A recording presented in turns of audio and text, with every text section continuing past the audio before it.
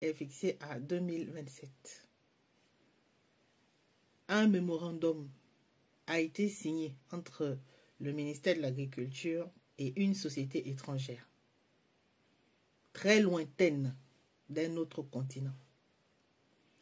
Les Gabonais, mes chers compatriotes, est-ce que vous trouvez cela normal? Dans notre pays, nous avons au moins un expert en production de poulet de chair, au moins un.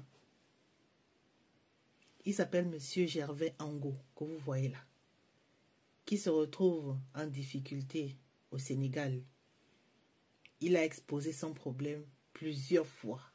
Je ne sais pas s'il y a une délégation du ministère des Affaires étrangères qui est sur ce dossier-là, afin de résoudre ce problème à l'amiable avec un pays frère, le Sénégal. Nous avons déjà des fermiers au Gabon. Nous avons même des experts. Gervais Ango a mis plus de 500 millions au Sénégal pour sa ferme. Nous savons très bien que notre pays, à une certaine période, n'était pas propice pour que les Gabonais investissent dans certains domaines. Donc le frère est allé dans un pays frère pour s'installer. Il sait faire. Pour quiconque a discuté avec Gervais, tout le monde sait qu'il sait faire. Est-ce que le président de la République gabonaise s'est entretenu avec ce valeureux compatriote?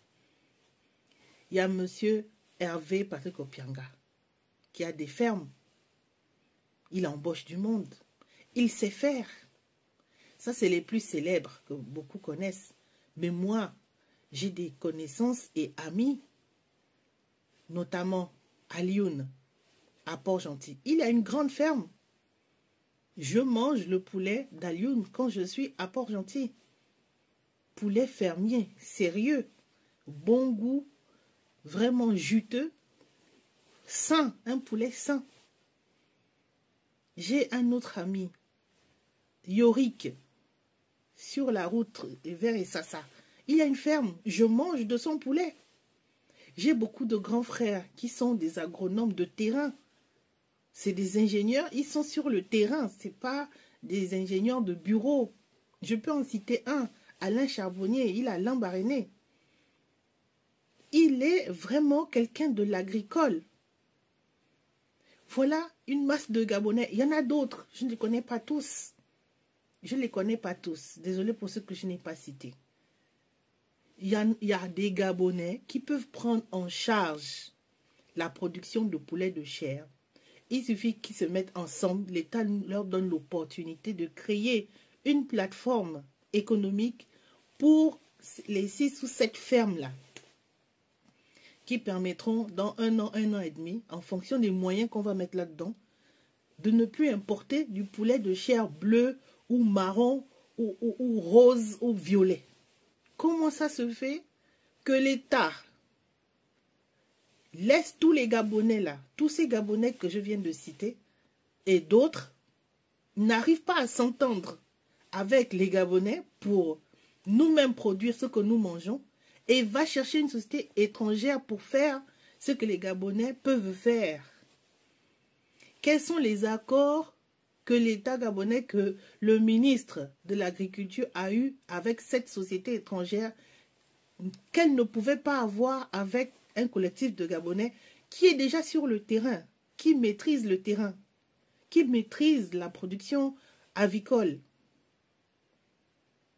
Est-ce normal? Est-ce que nous savons que les entreprises locales sont une armée économique?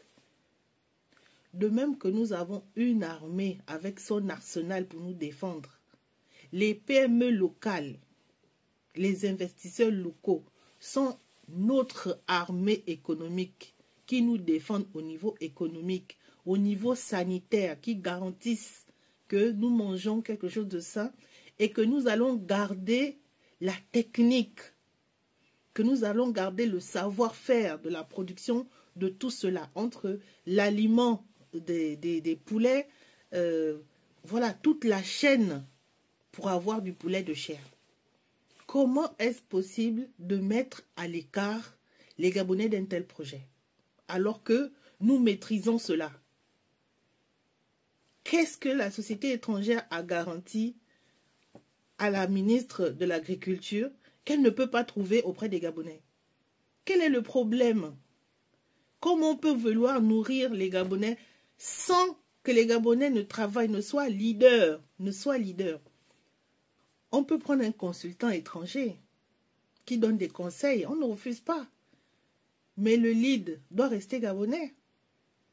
Parce que celui qui vient vous installer une usine quelconque dans votre pays, lui, son objectif, c'est de se faire de l'argent. Ce n'est pas de la philanthropie. Il veut d'abord se faire de l'argent. Le plus tôt possible, il se fait rembourser son potentiel investissement. Les prix seront lesquels? Aujourd'hui, on a le kilo de poulet de chair à 1100 francs, 1200.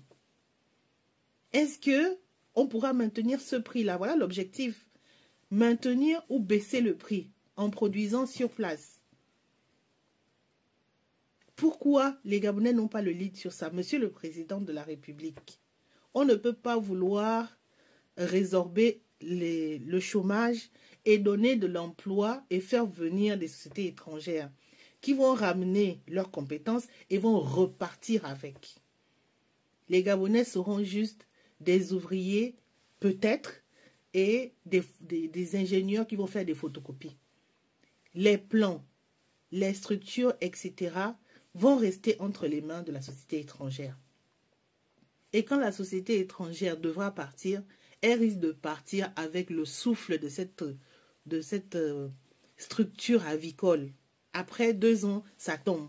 Parce que l'armature, le sous-bassement n'est pas gabonais, c'est pas pérenne. Le sous-bassement est fait par des étrangers. Donc quand ils partent, ils partiront avec ce qui est nécessaire pour maintenir cette entreprise qu'ils auront créée au Gabon. Ou on sera obligé de rester avec eux. Parce que, justement, le savoir-faire sera toujours entre leurs mains. Les Gabonais savent faire. Il est encore temps de mettre les Gabonais sur le lead de ça. Gervais Ango est là. Monsieur Hervé Patrick Opianga, il est là. Les gens que j'ai cités là, les jeunes qui ont des fermes qui fonctionnent. On ne peut pas exclure les Gabonais d'un tel projet. C'est honteux, c'est dévalorisant. Après, vous allez vous demander pourquoi les Gabonais, quand ils vont à l'étranger, vont rester à l'étranger. Mais ça ne motive pas. Moi, j'ai une compétence particulière. Je vais vous proposer un projet. J'ai un projet pour développer ma compétence, pour vous montrer que les Gabonais, dans les métiers de contrôle industriel, les métiers d'inspection, de corrosion, etc., nous savons faire, nous avons un réseau. Mais vous n'allez pas, pour ce projet-là, après, me bondir pour aller prendre un étranger, alors que je suis là, j'existe, je veux servir. On peut tomber d'accord. Qu'est-ce qu'il peut vous promettre que je ne peux pas vous promettre? Comment on peut mettre les Gabonais à l'écart de la production de nourriture et d'emploi pour les Gabonais? C'est incompréhensible. Monsieur le Président de la République, agissez s'il vous plaît. Je vous remercie. Gabonaises, Gabonais, mes chers compatriotes, je sais que la plupart d'entre nous est captivé par le procès qui vient de se terminer. Mais il y a une autre affaire beaucoup plus grave. C'est celle de l'importation de poulet de chair qui va être interdite à partir de 2027. Le ministère de l'Agriculture et de l'Élevage a signé un mémorandum avec une société espagnole pour venir mettre en place les structures, les 6 fermes qui produiront ces poulets de chair. Alors que, pendant le même temps, nous avons 228 producteurs avicoles sur notre territoire, dans notre pays, le Gabon. Ce sont nos frères, nos sœurs, nos pères et mères, ce sont nos parents, ce sont des Gabonais. Ils rencontrent les difficultés liées au fait que l'État n'accompagne pas les entrepreneurs gabonais comme il est écrit dans la loi de la promotion des PME. Donc s'ils ne peuvent pas le faire, on a une banque qui s'appelle la Banque de commerce et de l'entrepreneuriat au Gabon qui peut accompagner les 228 producteurs avicoles gabonais pour faire en sorte que nous-mêmes produisions ces poulets de chair pour nourrir la population gabonaise à partir de 2027. Le ministère de l'Agriculture décide de confier les 6 fermes-là à une société espagnole. Quand vous regardez sur Internet, il est écrit que cette société espagnole est familiale avec 800 employés en tout et pour tout. Nous ne devons pas accepter. C'est un marché de 65 milliards. Et ce sont les Gabonais qui doivent être dessus. Il n'est pas acceptable que le ministre de l'Agriculture, le ministre de l'Entrepreneuriat et le ministre de l'Économie n'arrivent pas à faire en sorte que les PME gabonaises raflent ce marché de 65 milliards. Ne soyons pas dupes. Ne nous réveillons pas trop tard.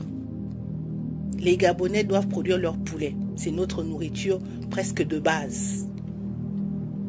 Nous n'allons pas laisser que quelqu'un d'autre vienne élever les poulets au Gabon. Ce n'est pas possible en 5e République. Il n'est plus possible que ces 65 milliards annuels aillent dans les poches de quelqu'un d'autre.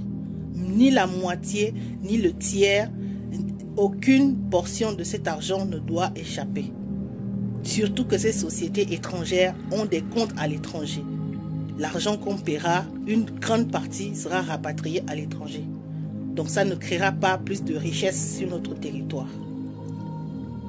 J'interpelle le ministre de l'Agriculture, le ministre de l'Économie, le ministre de l'Entrepreneuriat de remettre ce marché aux Gabonais, aux 228 que vous-même vous avez compté, 228 producteurs agricoles, de s'arranger pour que la Banque du commerce et de l'entrepreneuriat au Gabon leur octroie un crédit pour commencer à mettre en place ces 6 fermes sur toute l'étendue du territoire. Chers Gabonais, mes chers compatriotes, ne nous réveillons pas trop tard. Il s'agit de notre vie, de la base de notre alimentation. 65 milliards de francs CFA, ce n'est pas rien. Le procès qui passe là, on parle de 4 000 milliards. Moi, je vous parle de 65 milliards de francs CFA par an. Soit ce sera revu à la baisse, soit à la hausse, puisque c'est produit sur place. Ce sont les économistes qui peuvent nous dire comment ça va évoluer en termes de budget. Mais pour l'instant, c'est ça. S'il vous plaît, mes chers compatriotes, demandons au président de la République de revoir avec ses ministres cette affaire de donner ce marché à une société espagnole. Je vous remercie.